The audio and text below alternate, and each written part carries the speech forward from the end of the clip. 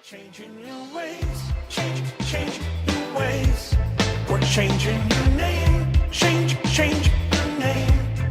Cheater, lie.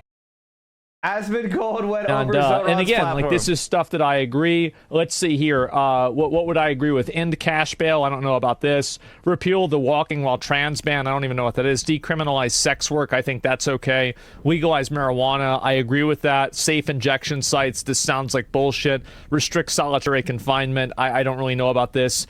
Enact elder parole. I don't know about that. Why does he talk about stuff? Can you not read? You don't know shit.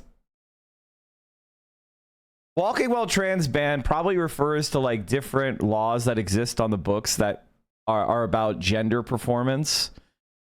And like saying that like a man wearing a dress is committing some sort of lewd conduct, right? So that can be used against trans people by law enforcement to harass them. Safe ejection sites are a good idea because they're harm reduction. They basically take people from off the streets and they say, hey, if you inject drugs here, then you won't be punished. And what this actually does is it reduces overdoses. It exposes more people to social workers and possible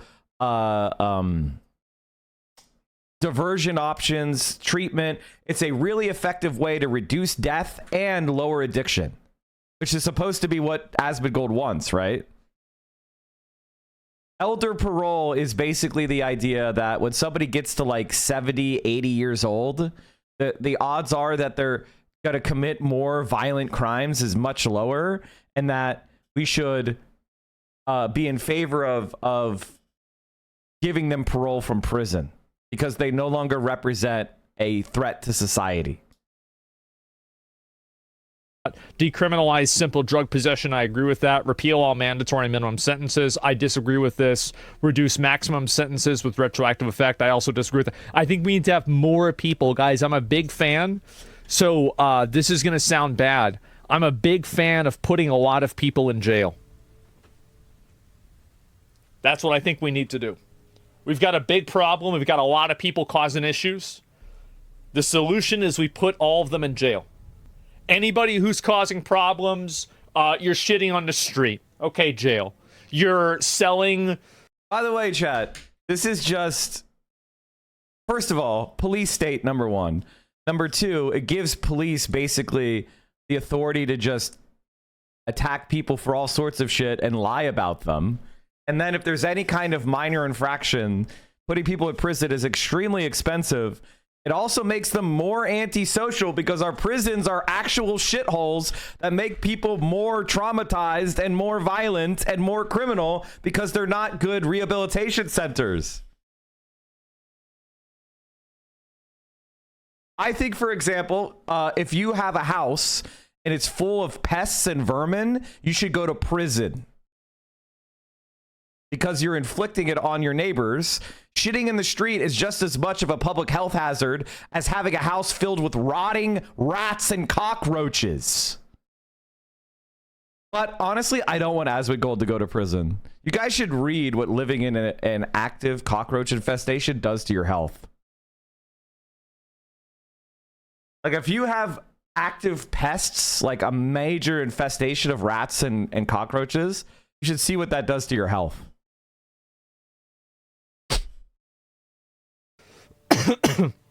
You're selling fake IDs, jail. You're going, you skip the subway fare. You save 79 cents. Believe it or not, jail. That's right. And so that's the way I would handle it. Safe injection sites, lower drug harm, and innocents getting involved. I think, honestly, like, I'd probably have to wait and see. I mean, in my opinion, I think that they need to, instead of having safe injection... I think what you should understand about Asmon Gold is that he's a sadistic nihilist. He doesn't care what the truth is about anything or whether things work. And he doesn't really believe in evidence. He's an anti-intellectual. So because he's an anti-intellectual, because he's sadistic, because he wants to maximize harm and not reduce harm, he has the views that he has. And the thing about him is, like, my general feeling towards somebody like Asmongold is that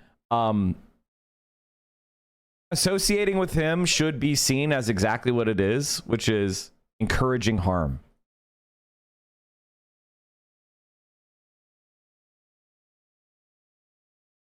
What a fucking loser, battle. dude. New York. What a fucking loser.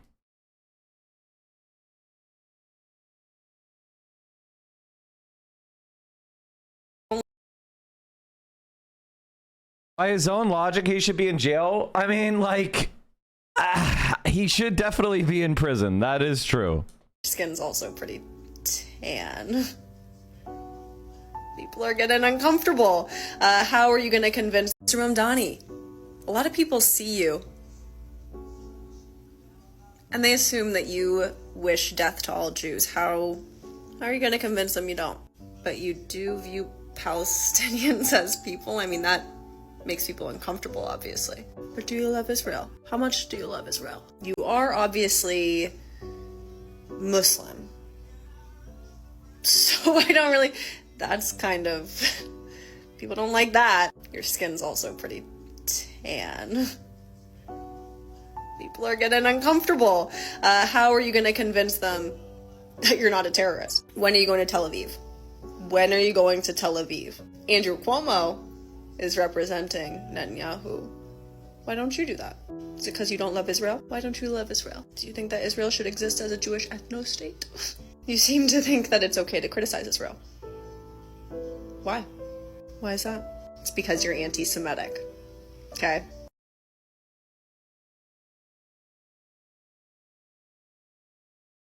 I would stay in New York City. My plans are to address New Yorkers across the 5 boroughs and focus on that. Mr. You got my vote.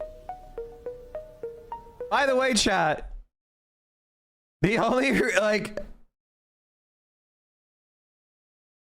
you know what? You know what? Thank you for bending the knee. Bend the knee more. Asmongold, does it feel good to bend the knee to the wokes? Doesn't it feel good to bend the knee to Hasan and myself? Doesn't it feel good to bend the knee? Don't you like it? You should just bend the knee. There it is. It's that simple. There's a lot of things I disagree with this guy about, but at least he's actually trying, right? Yeah, he's got the right answer. They're openly saying, yes, we're gonna go over to Israel. You think this guy's so horrible? Then stop putting up people that put Israel ahead of the United States. As a show of force and as a show of protest. It's a show of defiance. It is a show of defiance. It is a protest. It's so fucking crazy that this guy, I mean, he hates us because, and he uses Israel defenders to attack us. And now he's going to go out there and be like, oh yeah, the candidate that you guys work so hard for. Oh yeah, no, guys, you should support. Like, what the fuck are you talking about, man? You're pro-Israel.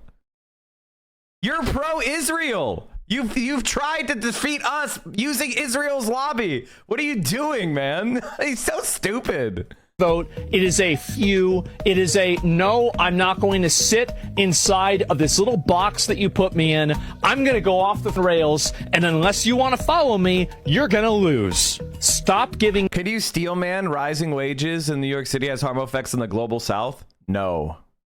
Because there is no steel man.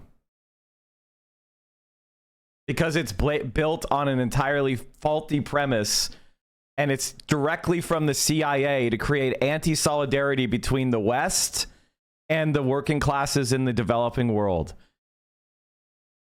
In fact, I think if you think that's a good idea or you should just fucking leave forever. Honestly, just become a Republican. Just become a conservative at this point. Like, I don't want you to be around me in any way.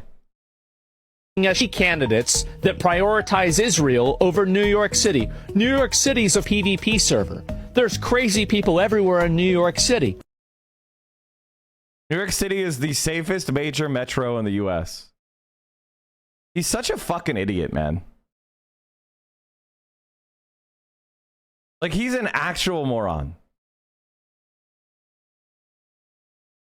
Mayor Eric Adams formally announcing tonight that he's going to go head-to-head with the Democrats' new rising star, Zohran Mamdadni, as an independent candidate in the mayor's race in the biggest city in America. Now, we're going to speak to Mamdadni live in just a moment. But first, take a listen to Mayor Adams' facts right out of the gate today. This election is a choice between a candidate with a blue collar and one with a silver spoon. A choice between dirty fingernails and manicured nails.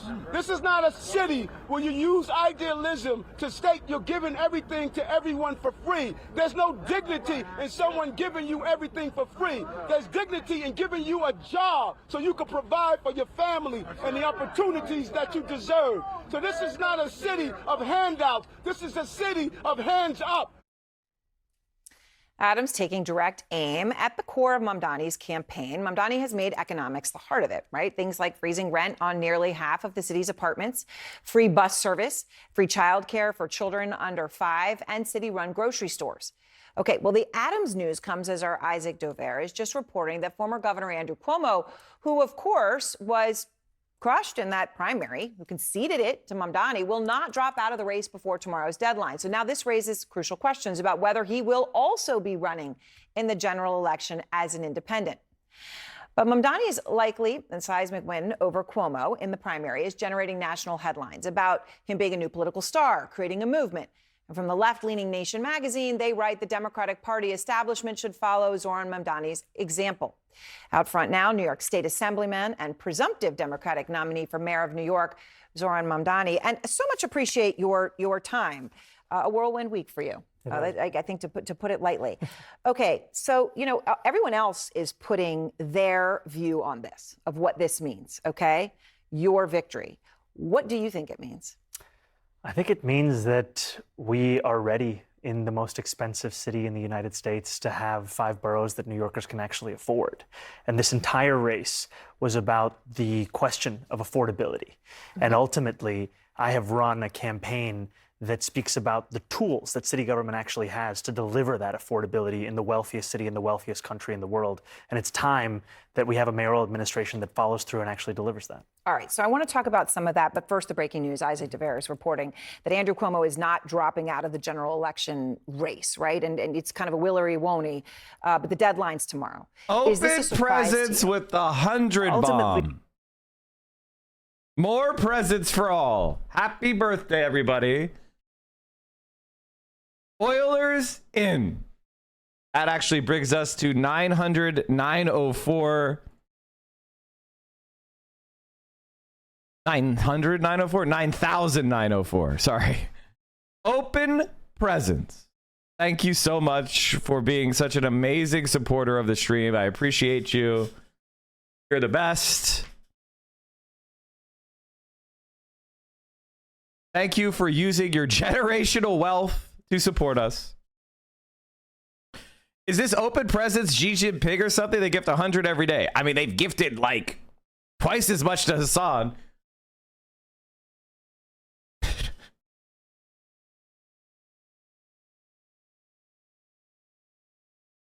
I don't know who you are, Open Presents, but thank you so much, man. We definitely appreciate it. I appreciate you supporting Casey as well.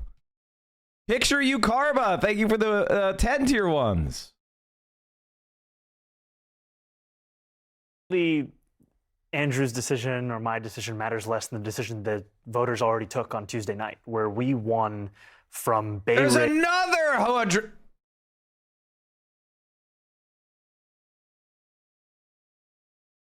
I haven't had an Oiler like that. Like, there's a couple Oilers chat that are pretty long. There's a couple of viewers of mine that are really big supporters, but this is just wild. I finally got a free sub. Thank you. Sorry, I'm an 80K in debt. I can't subscribe. Honestly, chat, I want you to take care of yourself. You know, if you are in financial difficulty, I don't want you to give me money. You know, like, that would be insane of me to expect. But if you aren't, and you're a work from home fucking bullshit job having ass liberal fucking piece of shit, You better be giving me as many fucking subs as you can afford.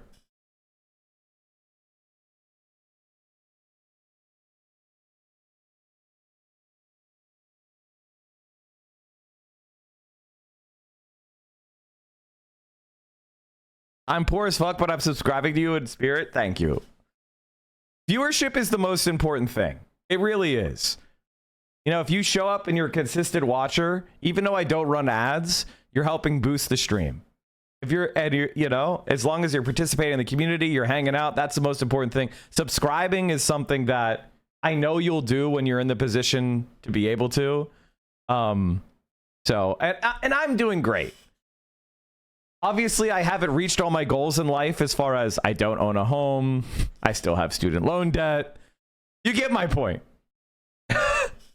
But I have been very fortunate over the past couple of years, so I really appreciate all of you guys for all the support. Bridge to Diker Heights, to Harlem, to Washington Heights, we saw a mandate delivered for a new generation of leadership. And for example, if you are a Chinese student who has had your student visa restricted by the Trump administration, and you have some credit cards, no, I'm just kidding. I'm kidding.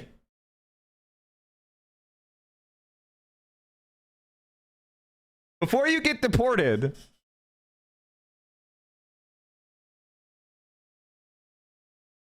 speaking of goals, hot tub stream, I said, look to the east, look to September. You know what I actually owe you guys? Denims and I owe you a Rage Room stream.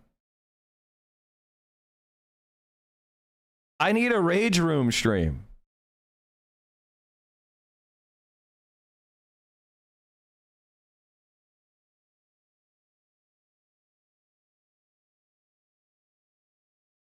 What's the Rage Room stream? There's this like business in LA where they just set up a room for you to come in and just destroy everything.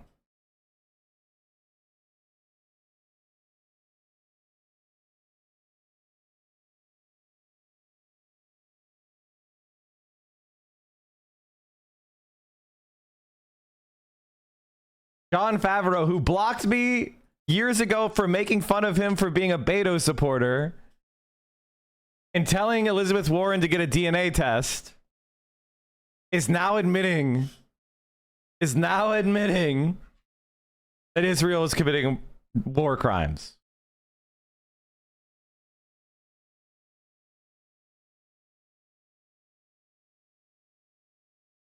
It's infuriating, disgusting that the more elected Democrats have criticized the mayoral candidate's opposition to the Israeli government than the Israeli government's intentional slaughter of civilians admitted to by Israeli soldiers themselves. What are we doing? The answer is genocide and fascism in the Democratic Party. That's what. All right, let's watch Zohran so we don't fucking have an aneurysm from rage. And thank you so much for all the support, guys. We are one sub away from a hype train, or 200 bits away from a hype train. And I think we'll be like level fucking like 20 or something.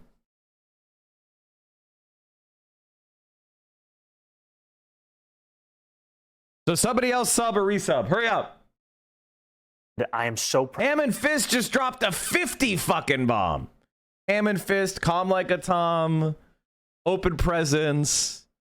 You guys have been tremendously huge supporters for so long. Thank you for supporting the stream. I really do appreciate it.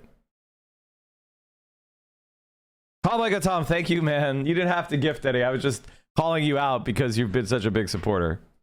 Proud and excited to continue to build on that mandate with an ever-expanding coalition, one that has now included the endorsements of Congressman Jerry Nadler, of State Senator Brad Hoylman-Siegel, and Manhattan Borough President, soon-to-be Controller, Mark Levine. And ultimately, that is a coalition that will continue to expand through November. Right, so you're saying no matter what, I mean, if Andrew Cuomo's in, it's not like a redo where you're worried? No, not at all. I mean, we did it once, and it turned out pretty well. All right, so now can we talk about the policy? The policy is what stood out to a lot of people. But right, I said the freezing rents on half of the apartments, free bus service, the free childcare, and the city-run grocery stores. How do you pay for that? Let's go through it. So for the first thing, freezing the rent, that's not something that requires any fiscal output from the city. It's something that's determined by the Rent Guidelines Board, composed of 9 members. The mayor picks each of those members. They determine each year whether rents rise or whether they stay the same. The previous mayoral administration froze the rent 3 times. So this has clear historical precedent. When it comes to city-run grocery... Even Adams. You're saying Adams. No, this is prior Okay, to Adams. okay. He's the current one who has raised it 9% on Right. those same New Yorkers, pushing them out of their homes. City-run grocery stores, I've proposed a pilot program of 1 store in each borough. These are 5 stores in total. The total cost of this is $60 million. This is less than half the cost of what the city is already set to spend. I would like some explainer on the result of the birthright ruling. It's basically federal judges don't have power over the president. That's what it is. Subsidy program for corporate supermarkets that has no guarantee of cheaper prices or collective bargaining agreements or even accepting So SNAP you're or not WIC. looking at some like Soviet Union grocery stores on every corner that are going to be run by the government. No, what I'm looking at is how to solve the very clear twin crises of affordability when you go to the grocery store and food deserts, which disproportionately impact Black and brown New Yorkers across the 5 boroughs, where I've heard directly from New Yorkers who say, why is it that I can find 6 fast food restaurants in a 5-block radius, but I can't find a place Right. to buy groceries? But five boroughs, 5 grocery stores. But that can't be the goal. Well, I mean, the idea Is of the goal you want them on every? I mean, but in New York things do go. There's a nail salon every corner. There's a grocery store on almost every other corner. I think ultimately I'm guided by outcomes. If this pilot succeeds in guaranteeing cheaper groceries, as I think it will be, then yes, it should scale up. If it doesn't succeed, then no, it shouldn't, because what New Yorkers want are results. And then it comes to making buses free and universal childcare. Right. These are things that cost around $700 million and let's say about $5 or $6 billion. Significant amounts of money. Huge amounts of money. But have to be understood in the context of a $113 billion municipal budget, a $252 billion. We already have places that give away free food. They're called food banks. Like this is already something that is happening, but there are still food deserts. And if the city can run grocery stores and put them in food deserts and then not lose money on it, but give people access to high quality produce in places where the market is failing, that raises the standard of living, and it's going to have all sorts of other positive knock-on effects, whether it's health, public health, whether it is development for children, raising quality of life directly. And for $60 million in the world's richest city, I think that's a fucking bargain. Meanwhile, they're giving $140 million with no strings attached to private supermarkets. Our state budget, and we put forward a plan to pay for these and more to start Trump-proofing our city through 2 major revenue streams. Increasing the top corporate tax rate of New York to match that of New Jersey, that raises $5 billion, and increasing income taxes on the top 1% of New Yorkers who make $1 million or more a year by 2%. Both of these things, after they come to fruition, you're still paying less than you did before Trump. Okay. On the city tax, though, and I know that takes effect with people right now, that top rate of people of 50,000 or more. So if you're going to be adding 2% to people at $1 million, that I just did the math, right? Well, but that's going to be an increase of 51% of what they pay now. I'm not saying cry for them. I'm saying if they leave, you're not going to get that money. And when you increase someone's taxes by 51%, aren't a lot of people going to leave?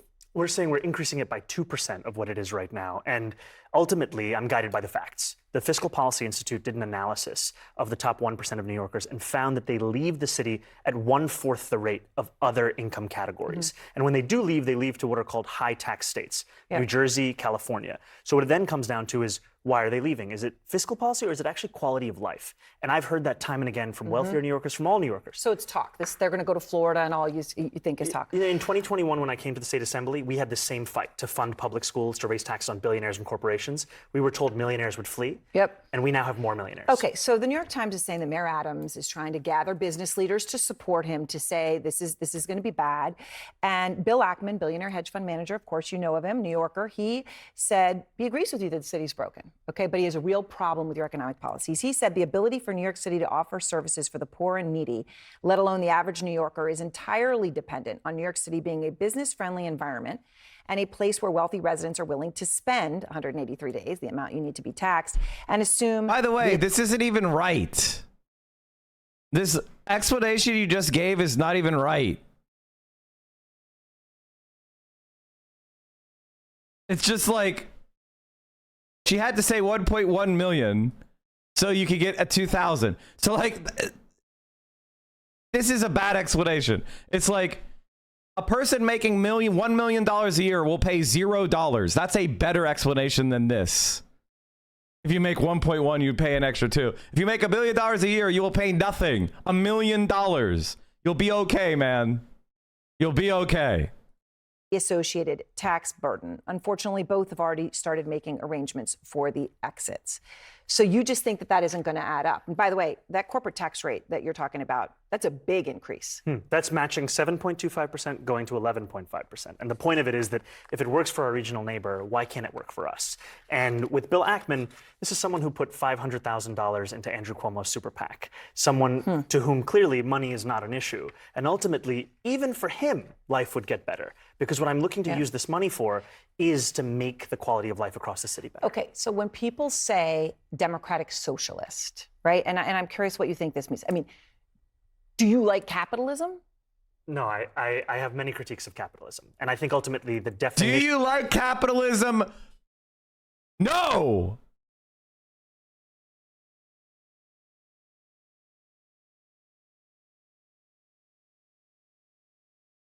I just love that Lolo, I know Lolo Overruled is just sitting there mauling because he's got to get a Briani tattoo on his body for this man.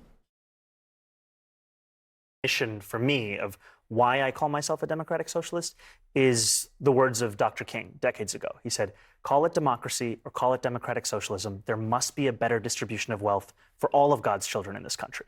And that's what I'm focused on is dignity and taking on income inequality.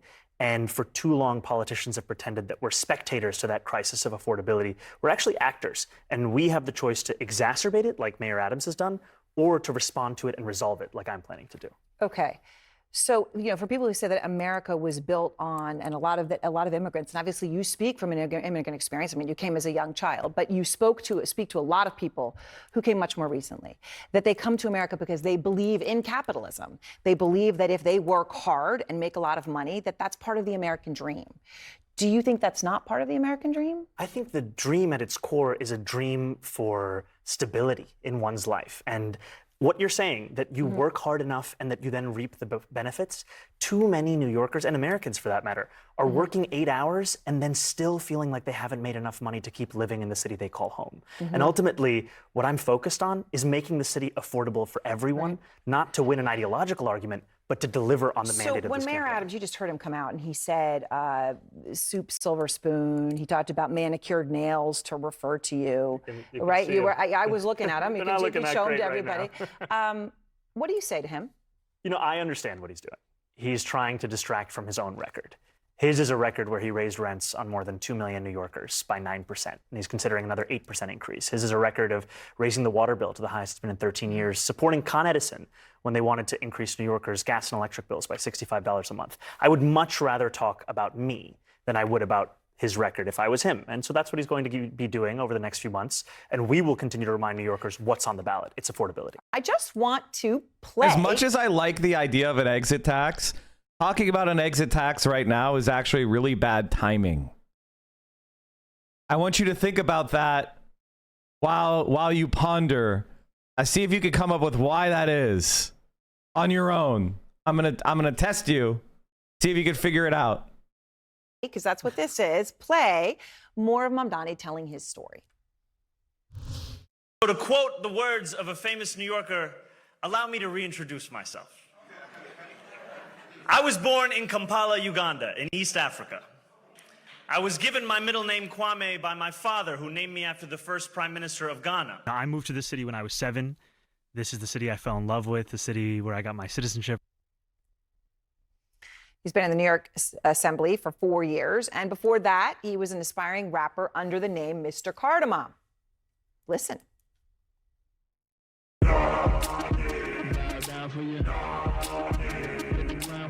By the way, chat, all of this, there's two elements to it. How you handle it is this humanizing or is this mocking? So as a politician, you have to handle this stuff really well.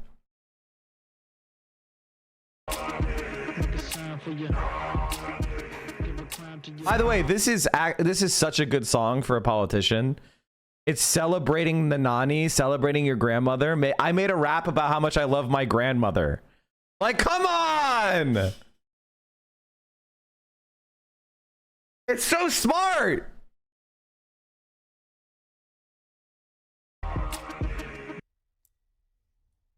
Once you do it, it's out there. It never comes back. It's there. Didn't think it was going to be on CNN. It's there, and there it is. So what do you say to people who look at your background and they wonder? They say, okay, rising star you may be, but this is the largest city in America, $112 billion budget, 8 million people, and a hell of a lot of problems. And they say, okay, whatever the future may be, you're not ready now. I would say that a campaign offers a glimpse of what an administration would look like. And we built a campaign the likes of which the city has not seen in a long time. We started with 2 full-time employees and now are managing 50,000 volunteers. At the beginning of this race, there were questions of whether we'd get 50,000 votes. And yet we had 50,000 volunteers. 50,000 volunteers who knocked on 1.5 million doors, made 2.1 million phone calls. And ultimately, it's a story of not only being able to inspire people, but absorb that inspiration and build an organization.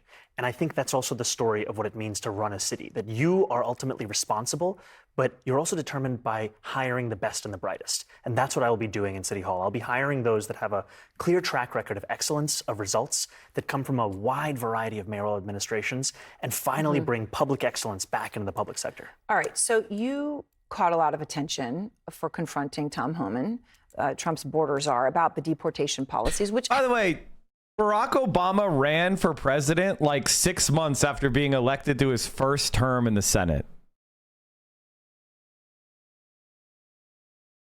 Like, you know what I mean? Like, he was a state senator. He failed in a run for Congress. He got defeated by some machine Chicago politician. He ran for the Senate, served for like 5 minutes, and then announced his presidential run. I mean, he was legitimately on the same level as Zohran is now to run for president. Maddie just saw the Pete poll. Buttigieg's level of African-American support is not ideal. 0%. And Alexandria Ocasio-Cortez getting less support among Hispanics than Newsom is very funny. And I want you to know, chat, that AOC is the front runner. And Pete Buttigieg is the, it's AOC or Pete. Everything else is white noise.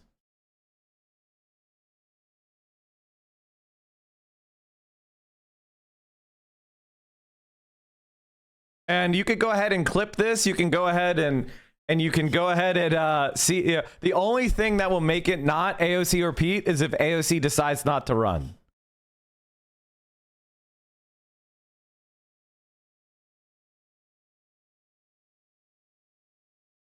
So that's the reality. If you think I'm wrong, you're wrong. You're just stupid. You actually have too much media brain. Do I think it's smart for AOC to run in 2028? Why? Of course it's always smart to run. If you're in the position to run, you should run. Although I kind of like, I could be convinced that she should run for Senate if we have an actual left-wing candidate to get behind who has a chance. Like if somebody rises up who's a good alternative to her and she decides to run for Senate, I'd be okay with that. But as of right now, she is it. Dodge my question. Which question? What's your question? Was he dog shit for America? Yes, he was fucking terrible. But that's because he was a neoliberal the entire time, and Zohran isn't. Obama was terrible for the country because of his ideology, not his experience. Impact here in New York. Here you are. Do you believe in the First Amendment? Do you believe in the First Amendment, Tom Holmes? So that moment went viral. All right. Then after the primary, Homan was asked about your plan, which is on your website. You said that you would end the city's cooperation with ICE agents that has been going on under Mayor Adams. And he has spoken out. Here's what he said. Good luck with that. Federal law trumps him every day, every hour of every minute. We're going to be in New York City. Game on. We're coming. Game on, he's coming. What do you say? That I'm going to be here to stand up and fight back. And unlike the current mayor, I'm not going to be working alongside the Trump administration to build the single largest deportation force in American history. I'm going to actually represent each and every New Yorker. And that includes immigrant New Yorkers. And that means standing up for the laws of this city, like our sanctuary city policies, which have kept New Yorkers safe for decades and were defended by Republicans and Democrats alike for years until we got this mayor who fearmongered about them so extensively. Does that involve the NYPD? It means that the NYPD would actually serve New Yorkers and not assist ICE in their operations. We recently saw ICE agents. So they would not assist ICE? Not assisting ICE, because ultimately their job is public safety. And I know officers who are signing up to take on serious crimes, not to be a part of the force that is arresting a pastor who's peacefully observing the arrest of a migrant at Federal Plaza. All right, so a moment ago you talked about how you didn't know if you'd get 50,000 votes and you ended up with 50,000 volunteers. They knocked on doors. There are many in the country who might look at that and say, okay, that makes me think of somebody else. Somebody else who took on I'm trying to think of the right word to use, but somebody who expected to win and therefore didn't campaign that hard and lost. And the person who did that was Alexandria Ocasio-Cortez, right? Famously also here in New York. She endorsed you early. She helped you. She just spoke to Manu Raju, our Manu Raju, a few moments ago. She said the Democratic Party needs to pay attention to your success right now. Here's what she just told him. We have a choice to listen to that message that people are sending us or not. This isn't just about Mr. Mamdadni as an individual. This is about the message that the people of New York City are trying to send to our party. So there's now talk, that your victory puts her in a whole new light, right? It puts her and Bernie Sanders, not that they were seen as fringe, but they were seen as a wing of the party. And that instead of being a wing, that becomes more of the center, and that you are part of that. Do you see it that way? And do you see those who say, look, your victory propels her to a presidential run in 2028? She's been an inspiration, and it's been an honor to be represented by her as an assembly member in Astoria for many years. And I think about a senior who works at a child care center that I met in Sunnyside, Queens, who told me that I'm not a progressive, but I realized when I looked at Alexandria Ocasio-Cortez and Bernie Sanders, they were the only ones who were willing to fight for me. Yeah. And that's what so many New Yorkers and Americans understand, is that these are the two individuals who have been willing to take on this oligarchy and actually stand up for dignity for Americans. Before you go, one last thing. Bill Ackman, I just mentioned him as right, he's the billionaire hedge fund manager, but he's not alone. There are a lot like him, whether it's Ken Griffin or CEOs of big banks. Would you meet with them? I'll meet with anyone. I will meet with them, and I'll explain why I believe in the necessity of raising the top corporate tax rate. And I'd also tell Bill Ackman that I firmly disagree with his attempt to dismantle diversity, equity, and inclusion across the country, because it's not only against the morals of so many, it's also against the actual bottom line for so many businesses. And as a businessman, he should understand that. All right. Well, Assemblyman, thank you very much. We appreciate your time. Mike. I don't know who you are. I don't know where you are. But you may want to start changing your ways. Change